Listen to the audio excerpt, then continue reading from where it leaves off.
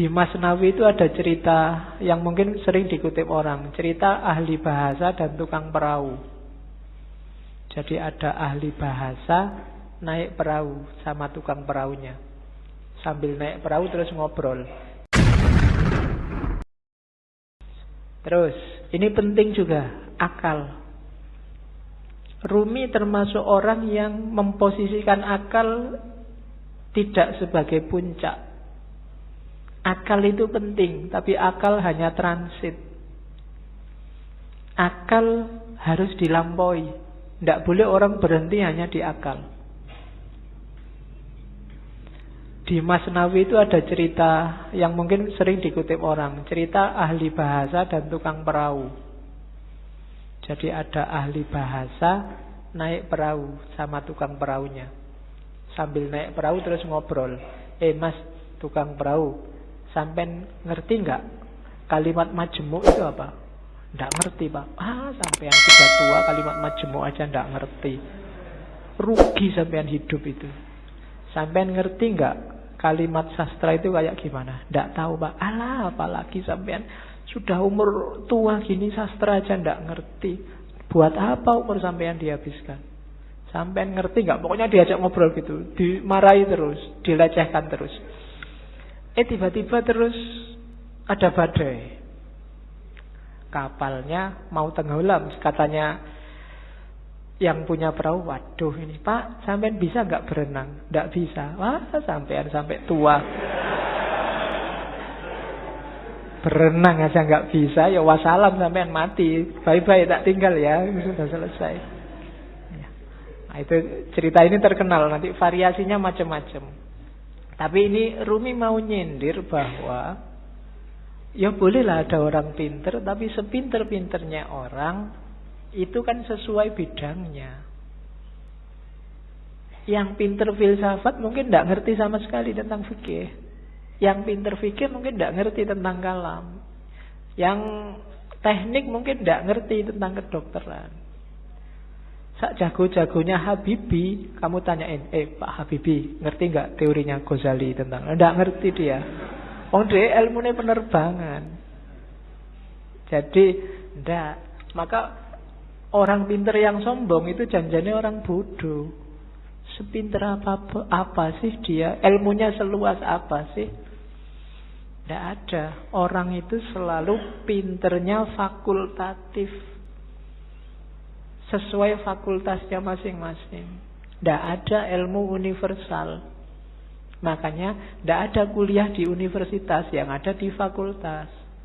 Universitas cuma mengkoordinir. Kalau digabung dari banyak fakultas, jadilah universitas. Kan logikanya begitu. Jadi cerita ini sebenarnya Rumi menyindir, sejago-jagonya akalmu hanya bisa menangkap sesuai pengalamanmu masing-masing. Tidak akan lebih dari itu. Tapi saya ngerti dunia luar angkasa loh Pak. Ya, paling kamu pernah baca buku tentang luar angkasa, kan itu aja. Filsafat saya juga ngerti, matematika juga ngerti. Yang kebetulan kamu ngalami membaca atau ngalami belajar.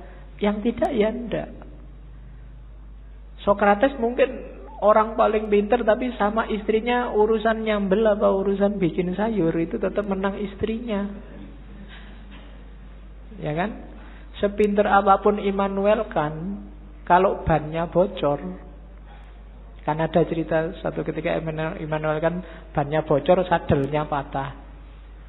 Begitu nyampe di tukang sadel, Immanuel kan pingin nguji yang punya, tukang sadel tolong saya dibikinin sadel yang pakai rumus trigonometri plus 2 kali. Dari tukang sadel tidak bisa saya. Kalau sadel biasa bisa, kalau pakai rumus macam-macam tidak bisa. Ya memang beda ilmunya. Jadi yang pertama catatannya akal itu tidak segalanya. Kalau kita hanya bersandar pada akal, maka kita bersandar pada batas pengalaman kita sendiri.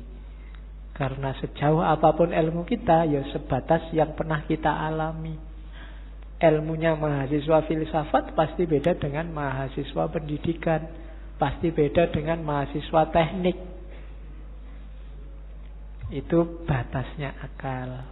Jadi saya bilang tadi, akal hanya transit. Katanya Rumi, akal, jasmani, lahiriah, ini harus sih, cuma dia bukan tujuan. Dia hanya alat transit kita untuk menggapai yang lebih dalam, lebih tinggi. Wilayah ilahiyah. Jadi jangan dihentikan akal untuk akal. Atau kalau fisik misalnya harta untuk harta. Tidak bisa berhenti di situ. Karena hidup kita ini rumusnya adalah inna lillahi wa inna ilaihi roji'un. Dari Allah dan sekarang sedang berjalan menuju Allah lagi. Maka apapun pengalaman, kalian punya apapun, ngerti ilmu apapun, punya harta apapun, punya kebisaan apapun, harus dalam rangka mendukung berjalan semakin dekat pada ilaihi roji'un. Termasuk akal. Kita dikasih Allah akal, panca indera, itu sebagai sangu untuk ilaihi roji'un.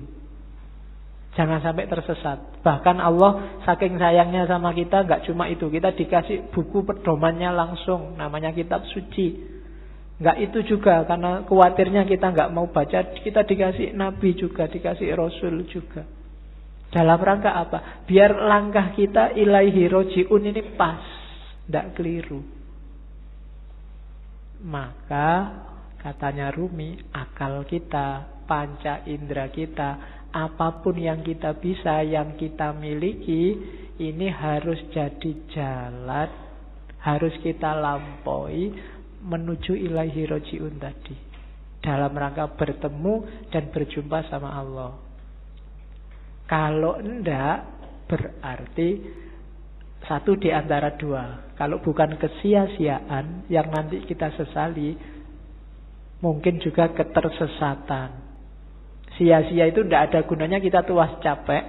Tersesat itu kita nyeleweng, jalurnya tidak ilaihi roji'un.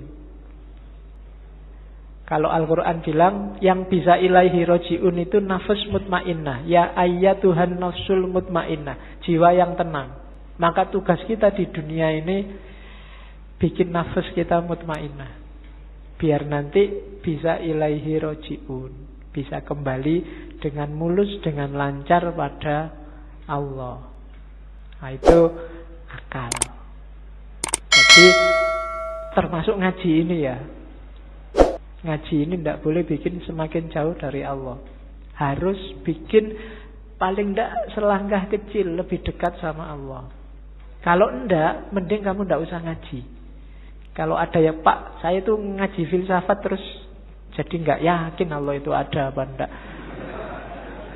Terus kamu tidak usah ngaji lah kalau gitu. Kok waktu ditanyain Allah besok kamu nunjuk aku. Itu yang ngajari Pak, nanti gitu aku susah aku. Enggak, pokoknya apapun harus bikin kamu selangkah lebih dekat. Kuliah juga begitu. Kamu kuliah juga, target sementaranya sih untuk penyemangat itu kan yo IP lah, pekerjaan lah, tapi harusnya kuliahmu bikin kamu semakin dekat sama Allah. Makan juga begitu, tidur juga begitu, pacaran juga. Ya, jadi kalau punya pacar, bilang ke pacarmu, kita komitmen ya, kita pacarannya semakin mendekat ke Allah. Ya diatur sendiri rumusnya, kamu yang ngerti. Ya, kalau mau pegangan tangan, bismillahirrahmanirrahim. Ya, kalau sudah, alhamdulillah. Oke. Itu maunya Rumi. Jadi apapun fasilitas yang diberikan Allah pada kita sekarang, manfaatkan itu untuk ilaihi roji'un. Hakikat kita ada di situ. Dan semua yang bikin kita semakin jauh dari ilaihi roji'un, hindarilah. Termasuk mungkin yang casingnya, casing itu kan tampakan luarnya, kelihatannya ini sangat agama deh, kelihatannya ini sangat islami deh, tapi kok rasanya bikin kamu semakin gak dekat sama Allah, mending dijauhi. Oke.